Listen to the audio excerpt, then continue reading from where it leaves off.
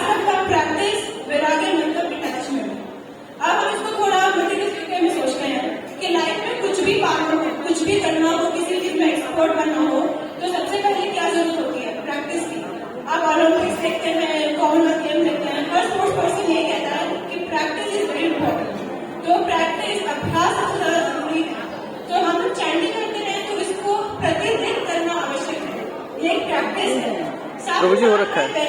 वैराग्य मतलब डिटैचमेंट। अब डिटैचमेंट किससे? डिटैचमेंट है डिस्ट्रैक्शन से। जब हम जप करते हैं भगवान के नाम का, तो हमें डिस्ट्रैक्शन से वैराग्य की आवश्यकता है। और डिस्ट्रैक्शन क्या है? अनेकों है। हमारा मन कितने सारी चीजों में उलझा हुआ रहता है, चाहे वो परिवार हो, जॉब हो, करियर हो, फोन हो, लैपटॉप हो। दिन के सुबह उठने से लेकर रात के सोने तक हमारा मन उछल दौड़ता रहता है।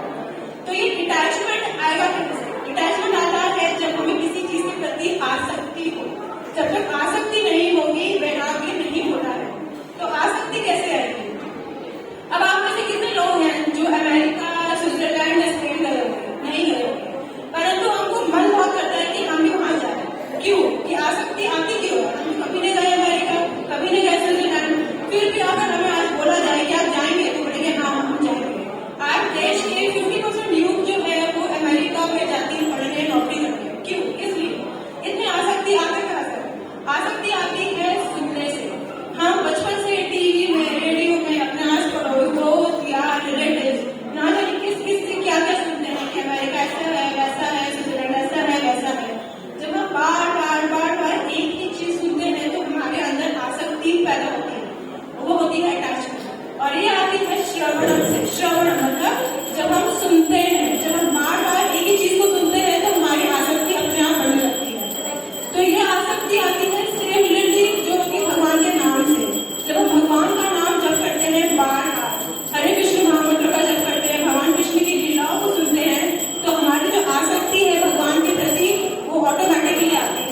और उसी तरीके से हमारे जो वैराग्य है, डिटैचमेंट है, वो अपने आप होता है। हमें इससे ज्यादा काम करने की आवश्यकता नहीं होती है। हमें हमारी आसक्ति, अटैचमेंट को भगवान के नाम, भगवान से जोड़ना है। तो ये तो हो गई कि मन को कंट्रोल करने की बात। अब आपके पास जो जप माला है, इस जप माला में एक माला होगी, एक पर्चा होगा, दोनों को भी निकाल लीजिए। माला भी निकाल लीजिए और पर्चे को भी निकाल लीजिए।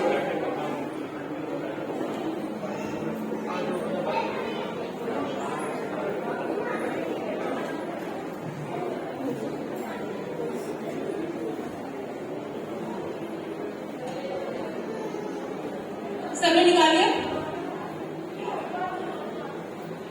तो ये जो माला है, इस माला में आप देखेंगे ये एक मोती है, एक भीड़ है जिसमें बाल लगे हुए हैं और सिर्फ धागे चिपके हुए। ठीक है? तो माला को पहले पकड़ते कैसे हम ये सीख लेते हैं। ये जो मोती है जिसमें बाल लगे हुए हैं, इसको हम कहते हैं सुमेरु। ठीक है? सुमेरु।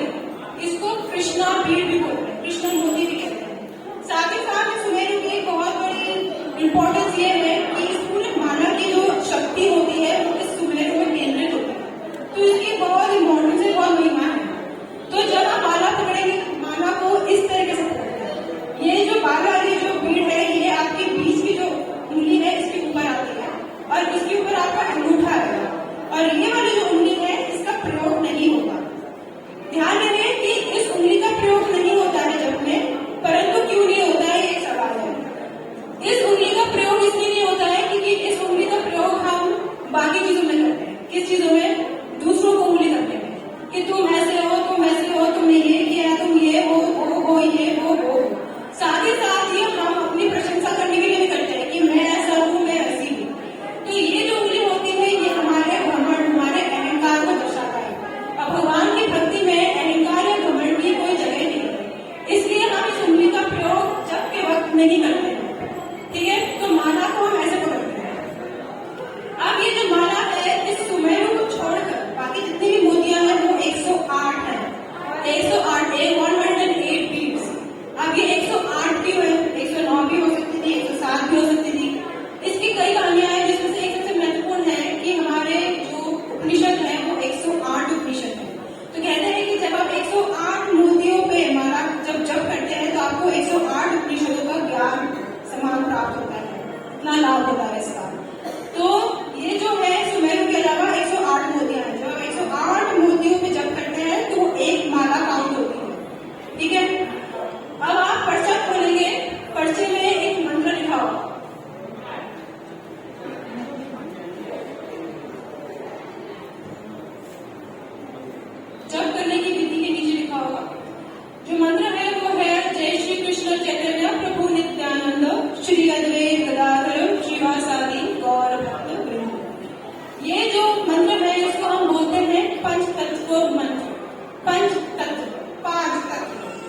पांच क्या है?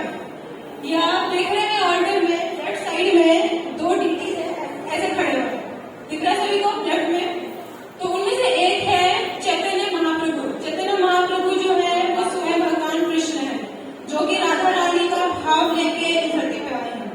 तो चैतन्य महाप्रभु जो भगवान स्वयं कृष्ण है, नवजात कृष्ण होते हैं, वहां बलराम होंगे नहीं होंगे। तो उनके साथ जो है वो बलराम है, जो कि नित्यानंद महाप्रभु के रूप में आए हैं। साथ ही साथ पंचतत्व में आपका है अद्वैत आचार्य। वो अद्वैत आचार्य है महाविष्णु, गदाधर है श्रीमती राधा रानी और श्रीवास है नारद मुनि। अब ये जो पांच कैरेक्टर्स का नाम मैंने बोला है, इनका पंचतत्व मंत्र क्यों है, क्यों हम इसको बोलते हैं?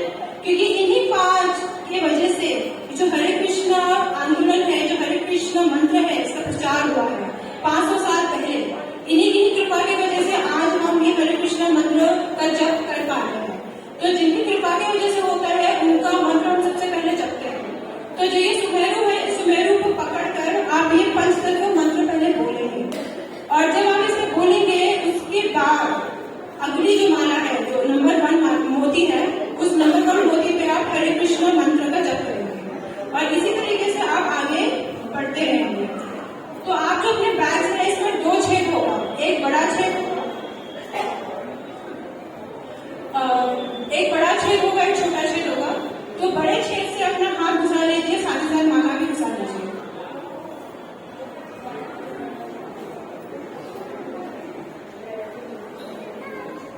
ठीक है, बड़े छेद है उसमें अपना हाथ घुसा लीजिए, माला घुसा लीजिए। और जो छोटा छेद होगा उसमें से ये वाली उंगली जो अहंकार को दर्शाती है वो निकाल लीजिए, छोटी वाली छेद से। ठीक है,